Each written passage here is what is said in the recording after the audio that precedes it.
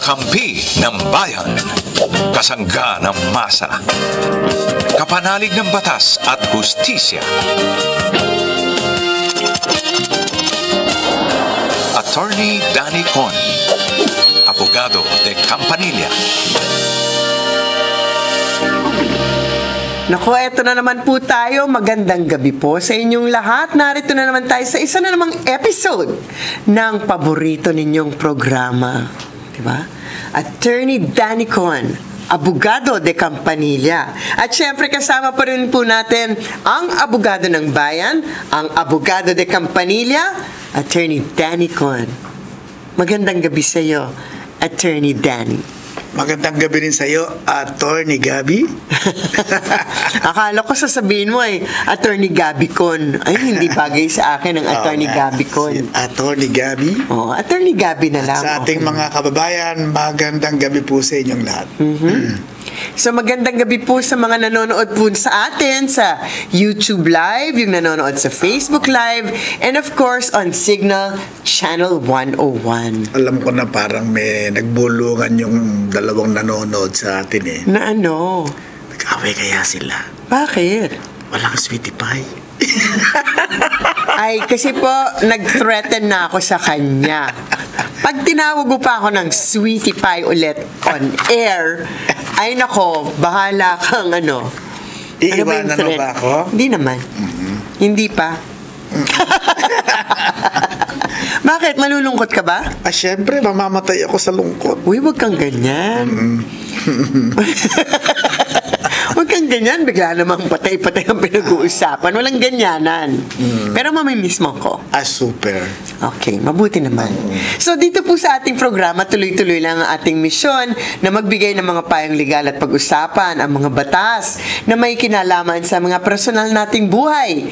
Mga relasyon. Naku, lalo ng... Marami ka bang relasyon? Relasyon sa mga... Ano? Mga tao? Oo. Mga sa ibang babae? Wala. I cannot afford. Tungkol po sa mga trabaho natin at iba-iba pang aspeto ng buhay. Dahil sa panahon ngayon, napaka-importante na may alam po tayong lahat sa batas. So makisali po kayo sa aming usapan, bukas ang ating himpilan. Para sa mga katanungang legal at usaping batas, tumawag lang sa mga numero na makikita ninyo on screen. Sagot ko na to. Sa mga Globe users, 0954-310-0331. Sa mga smartphone users, 0961-770-8807. O di kaya, ano? Iwan kayo ng mensahe sa Facebook page ng TBUP. Oo. Ikaw pa yung magbibigay ng ganyang klaseng advice. Ikaw nga ang walang Facebook, di ba? Hindi. Kaya nga sa Facebook ng TBUP. Hindi sa Facebook ko. Oo, hindi. Pero hindi mo alam kung paano mag-Facebook kasi wala kang Facebook. Papasa lang naman sa atin. Siya na lang po. Si Attorney Danny Con na lang po ang kilala ko na walang Facebook, walang Instagram, walang social media account whatsoever. So lahat na nambabash sa kanya, sorry, pero hindi niya mababasa ang mga comment ninyo. Wala naman nagbabash sa iyo. Wala naman. Wala. But in any case, eto na po, 'di ba? Umpisahan na natin. Meron tayong text-in question from Isa from Pampanga. Hi po. Pa-help naman po. I want to file a case against someone who publicly humiliated me, taking advantage of the fact that I wouldn't fight back. Naku. What if I don't know their address? Can I still file a case? Thank you po sa sasagot. Mahihirapan po tayo na umusod ang kaso kung wala pong address ang inirereklamo ninyo. I presume na dahil ito ay public humiliation, ang kaso na nasa isip ninyo ay defamation. No? Ay criminal na kaso po yan. Siguro nadinig ninyo na kapag hindi kilala ang pangalan ng kriminal, pwede nating idemanda siya at gagamitin natin ay pangalang John Doe. Hanggang ngayon ba John Doe ang ginagamit? Hindi pa nila tinatagalize, di pa ginagawa ng Pilipino. John Doe. O kaya pag babae, Jane Doe. Okay. Pero po, ano lang yun, hanggang doon na lang yung pong yung kaso, hanggang sa pagpa-file lamang yung kaso. Kasi po, nire-require naman ng batas na dapat ay mabigyan ng pagkakataon na sumagot ang akusado. Kung hindi po natin alam kung saan siya nakatira, hindi natin alam kung ano ang kanyang pangalan, saan po natin dadalhin yung notice o yung summons doon sa inaakusahan ninyo? Hanggat hindi po nila natatanggap ito, ay hindi po natin na kukumply yung ating constitutional requirement na dapat ay may due process. Opo, kaya hindi po uusod yung kaso. Kaya po kinakailangan na una, malaman natin kung ano bang pangalan ang kanilang ginagamit. Hindi naman po kinakailangan na yun ang tunay na pangalan. Kinakailangan ito yung pangalan na kanilang ginagamit.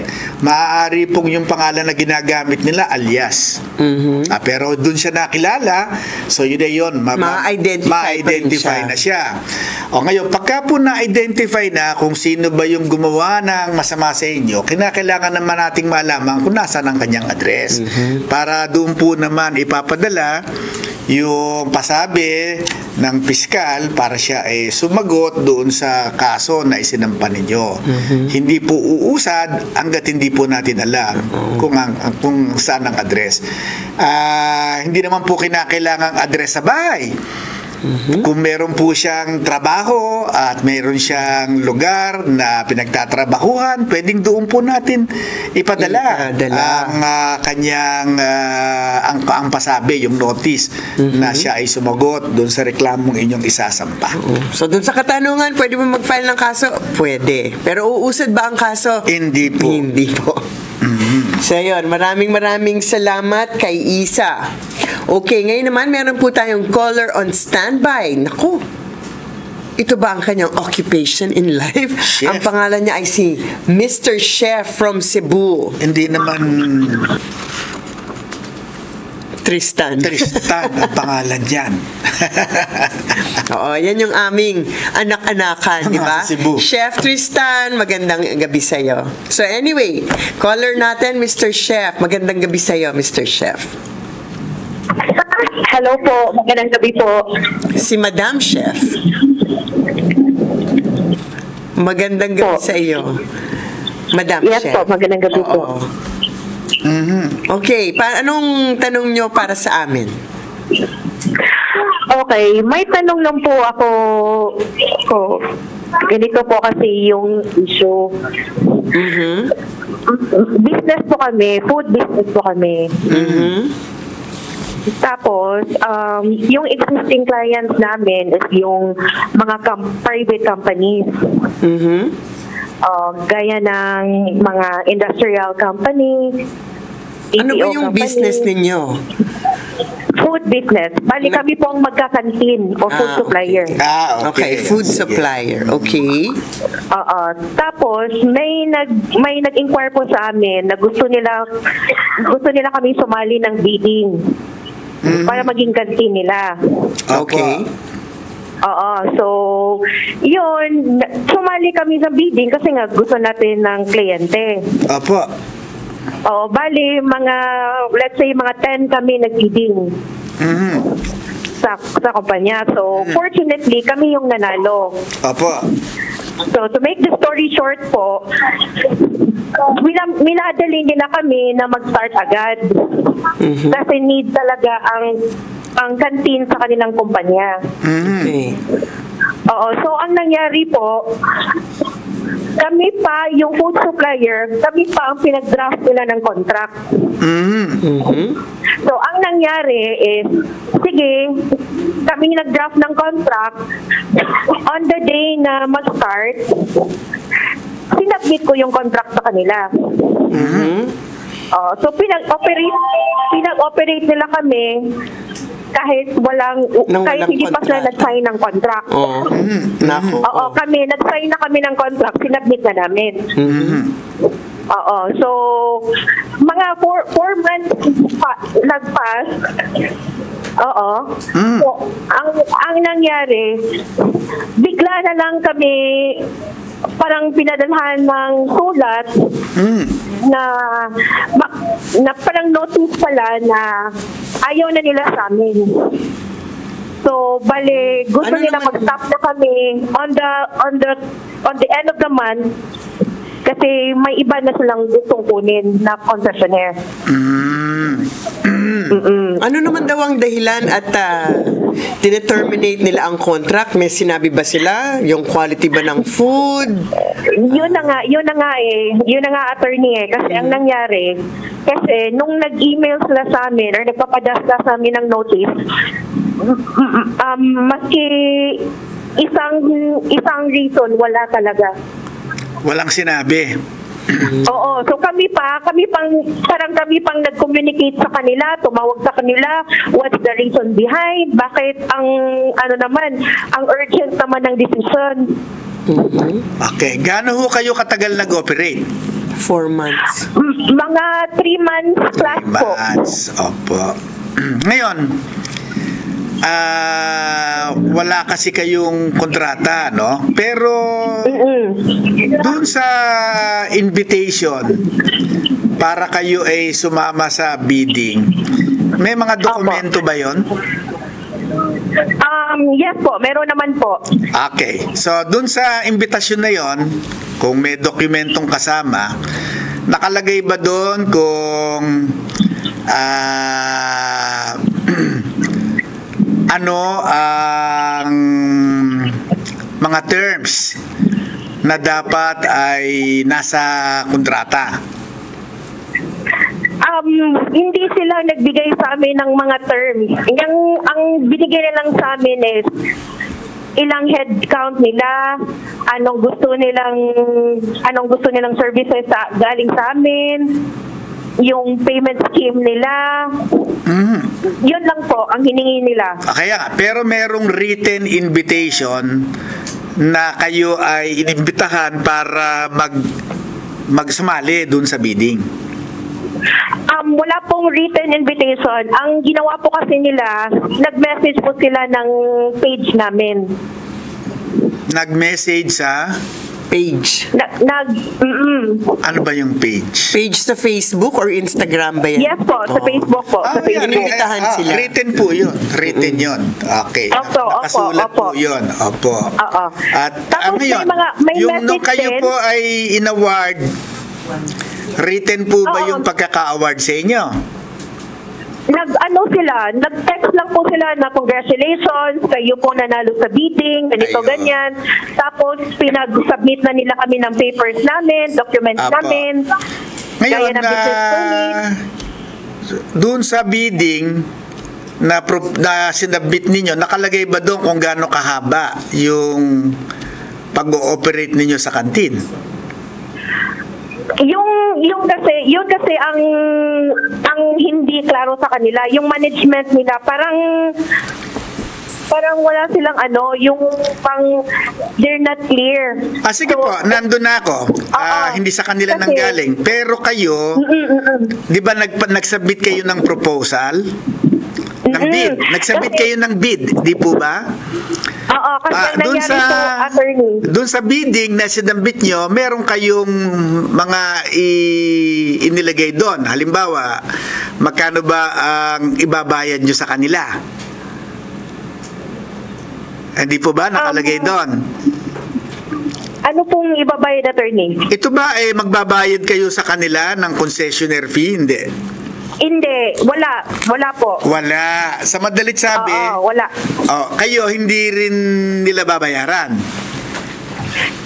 Ang mangyayari kasi, maging kantin ka sa company nila.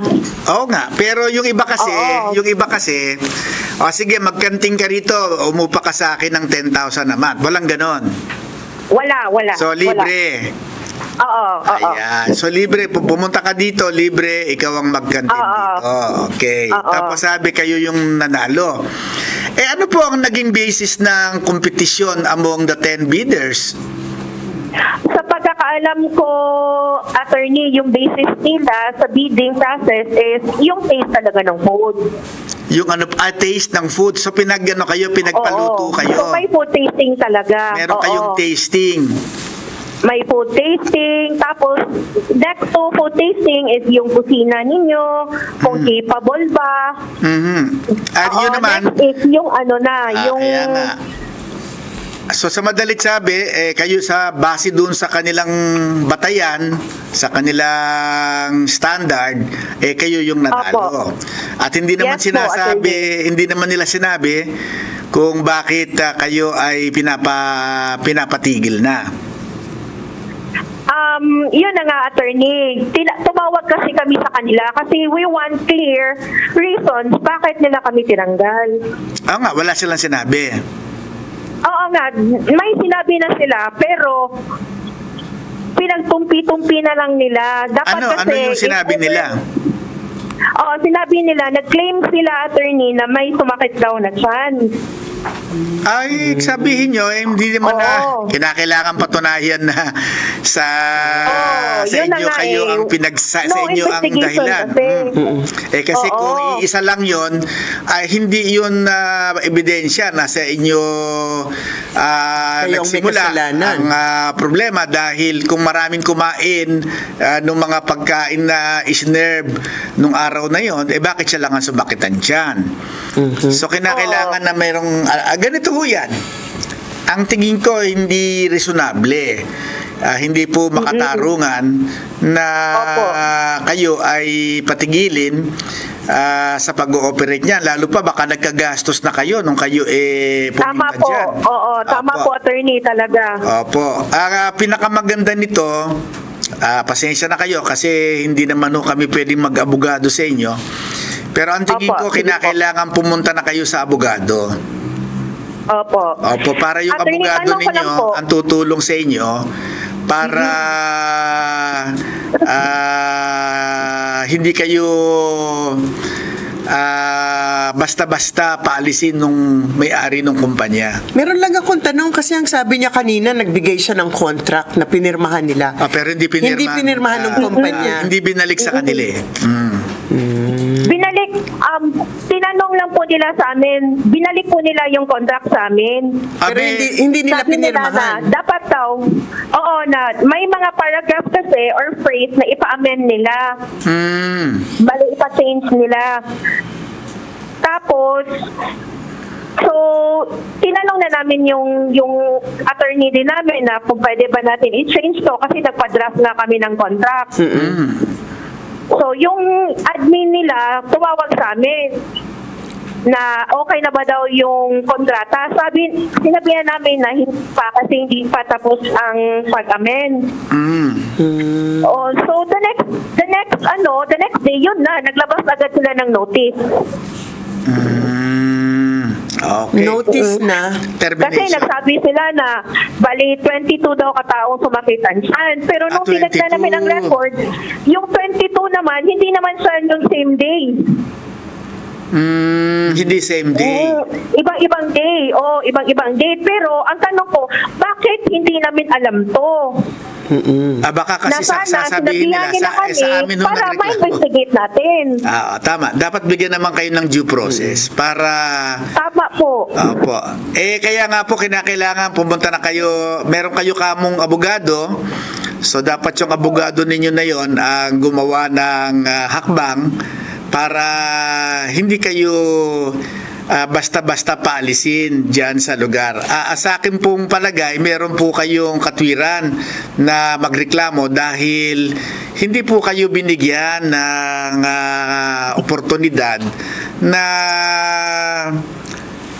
makita kung ano man yung sinasabi nilang dahilan, hindi nyo malaman yung dahilan at bakit kayo basta pinapaalis. Lalo pa na kayo nagkagastos para kayo ay maka-operate tong kantin nila. Hindi po pwede yun na kayo ay mapirwisyo at nang hindi ninyo alam kung ano ang dahilan. Attorney, tanong ko lang po, may laban po ba kami kung magpa-file kami ng case? Kasi base doon sa base doon sa istorya mo, kung yun lang talaga ang istorya, ang tingin ko may labang ka. For damages. Kasi, damages kasi sa, hindi, to be honest lang talaga, hindi pa namin na yung pinut up namin na capital doon for 3 months only. That's it. Kaya nga niyan, damages yan. Okay. Actually, tort ang tawag namin dyan. Kasi wala kayong, sa totoo lang, parang may kontrata naman kayo, unwritten lang. So baka hindi naman tort. Okay. Okay. Sige po. Good luck Tada kayo sa abogado. At ang tingin ko, may labang kayo dyan. Opo. Pero yun din lang. Sige, maraming salamat, Mr. Chef. Good luck sa kaso ninyo. Thank you po. Thank you din po. Pero yun din lang ang takeaway natin sa mga ganitong kaso. No? Everything, dapat merong kontrata, lalo na yung ganyan, mag-i-invest kayo. Dapat klaro kung ano ba yung terms ng kontrata ninyo, gaano katagal. Kung magte-terminate ng contract, meron bang advance notice? Ano ba ang mga dahilan para mag-terminate? Para nga, protektado naman ang bawat partido. Naintindihan ko din yung pangyayari. Kasi nga, inaapura sila. Na dapat mag-operate na ho kayo, etc. Yung kontrata, tupalo na lang ho yan. Baka kasi kung hindi naman nila ma-operate agad dahil inaantay yung kontratang sila yung pinagagawa, baka naman cancelahin ang yung maging dahilan ng cancellation ng award. Kaya naintindihan naman natin na sila ay parang na-pressure. Correct. Na magsimula na maski wala pang napipirmahang kontrata. Pero sa akin, pwede naman yung tinutukan ng isang araw yun. Para natapos. Kasi nga, napakahirap. Nasa huli ang pagsisisi, di ba? Kung minsan nag-aapura tayo, ayaw natin mawala yung pagkakataon, pero... Kasi minsan kasi ang tinipid dito yung abogado eh. Kasi baka parang ayaw nila pumunta sa abogado. Hindi naman, pero mukhang nagmamadali talaga yung kumpanya. So yun ang takeaway natin. Kung minsan talaga, mas mabuti na planchado ang terms ng isang kontrata. Lalo na nga, kung meron tayong mai-invest na baka mawala. So yun naman, meron tayong text in question ngayon naman from Angel Grace from Pampanga. Attorney, tenant po ako sa isang condo dito sa Pampanga at gusto ko na pong mag-breach. Actually, I think ang gusto niyang sabihin, gusto niyang mag-terminate ng lease contract. Nakikiusap po ako sa owner na paalisin na ako. Willing po akong bayaran lahat ng bills at damages, pero ayaw po niya pumayag hanggat hindi raw nababalik ng agent ang full 1-month commission. May 1-month deposit po ako, pero sabi ng owner wala raw akong deposit kasi napunta raw sa agent as commission. Ayaw po niya pirmahan ang pull-out form kaya hindi ko mailabas ang gamit ko. Tama po ba ito? May karapatan po ba ang owner na i-hold ang gamit ko dahil sa issue ng commission ng agent? Wala po. Wala pong karapatan ng owner na i-hold ang gamit ninyo dahil sa komisyon ng agent. Sa totoo lang, wala po kayong kontrata dun sa agent. Yung pong agent, ang kontrata niya nandun sa may-ari. Kaya nga yung may-ari ang nagbabayad ng komisyon. Opo. At yung komisyon po, ang may pananagutan po dito ng pagbabayad sa agent, hindi po kayo. Ang may pananagutan ng pagbabayad dito, yung owner. Okay. So, hindi po niya pwedeng sabihin na dapat ibalik ninyo yung komisyon na ibinayad niya sa agent. Siya po ang dapat na humabol dun sa agent kung ang pag-uusap nila, kung meron silang kasunduan, na kapag nag-terminate ang tenant, ibabalik yung komisyon na binayad sa kanya. Pero ngayon ko lang nadinig yun. Na kapag nag-terminate yung tenant, nag-pre-terminate, ibinabalik yung commission, yung proportionate part ng komisyon. Usually, pag naibayad mo na sa agent yung komisyon, wala na, hindi mo na pero kawawa din naman si landlord kasi iniisip niya na isang taon ang kontrata. So yung 1 month na commission ng agent na ibigay na niya, after 2 2 months nag-terminate ang tenant. Kaya nga, pero yon ay dapat na nasa kontrata niya dun sa agent. Sa agent. Hindi dun sa tenant. Pero baka naman tong si tenant, meron nandun sa kontrata niya, dapat 1 year ang kanyang lease contract. Oo nga, pero kung magbabalik ng komisyon, ito ay kontrata ng tenant, ng ahente, ng broker, dun sa... Unless nasa provision ng kontrata niya with the tenant. Usually kasi yung broker's commission, wala ron sa lease contract. Walang kinalaman sa tenant. Pero, naglalagay ang owner, ang lessor, naglalagay siya ng provision ng penalty in case of pretermination. Kasi yung penalty na yon ang nananagot dun sa komisyon na binayad niya dun sa broker. Sabi nung may-ari, ay abonado pa ako dito. Oo, kasi nga naibayad na sa... baka naman may penalty nga ang kanyang kontrata. Kailangan tingnan din ninyo yung kontrata nyo. Pero ang sa akin, kung wala namang kasi sabi niya, willing siya magbayad ng lahat ng bills at ng damages. So I feel baka walang penalty doon sa kontrata. Kaya lang, hinahabol sa kanya yung commission ng agent. Paano naman niya mapipilit ang landlord niya? Kinakailangan pong pasulatan nyo na sa abogado yan. Pumunta na kayo sa abogado, pasulatan ninyo na illegal yung ginagawa niya. Opo, may criminal case po yan. Opo, kaya dapat ay sulatan na siya. Okay, nasa ganon, ma-realize nung lessor na wala namang kayong pakailam dun sa agent niya. Silang dalawa ng agent niya ang may usapan dun sa kanilang komisyon. Opo. Okay, so sana natulungan natin ang ano bang pangalan ng ating Sina? Si Angel. Si Angel. From Pampanga, di ba? From Pampanga. From Pampanga. So yun, kung minsan talaga mahaba ang usapan, never naman simple ang mga problema, usually, no? Pero yun na nga, sa kasawi ang palad, it's time to say goodbye for now and good night. Okay, goodbye. Sa mga nag-text, nag-comment sa aming Facebook page, abagan nyo na lang po ang mga sumusunod nating mga episode. Baka ang mga tanong ninyo ang ating mapag-usapan next time. So sa ating mga kababayan na sumusubaybay sa ating palatuntunan, maraming salamat po at magandang gabi sa inyong lahat. Ako po si Attorney Gabby Concepcion. Nandito hanggang bumalik si Maring Yao. At ako po naman si Attorney Danicon, abogado de Campanilla ng Bayan. Hanggang sa muli po, ito ang Attorney Danicon, abogado de Campanilla. Hanggang sa susunod pong episode.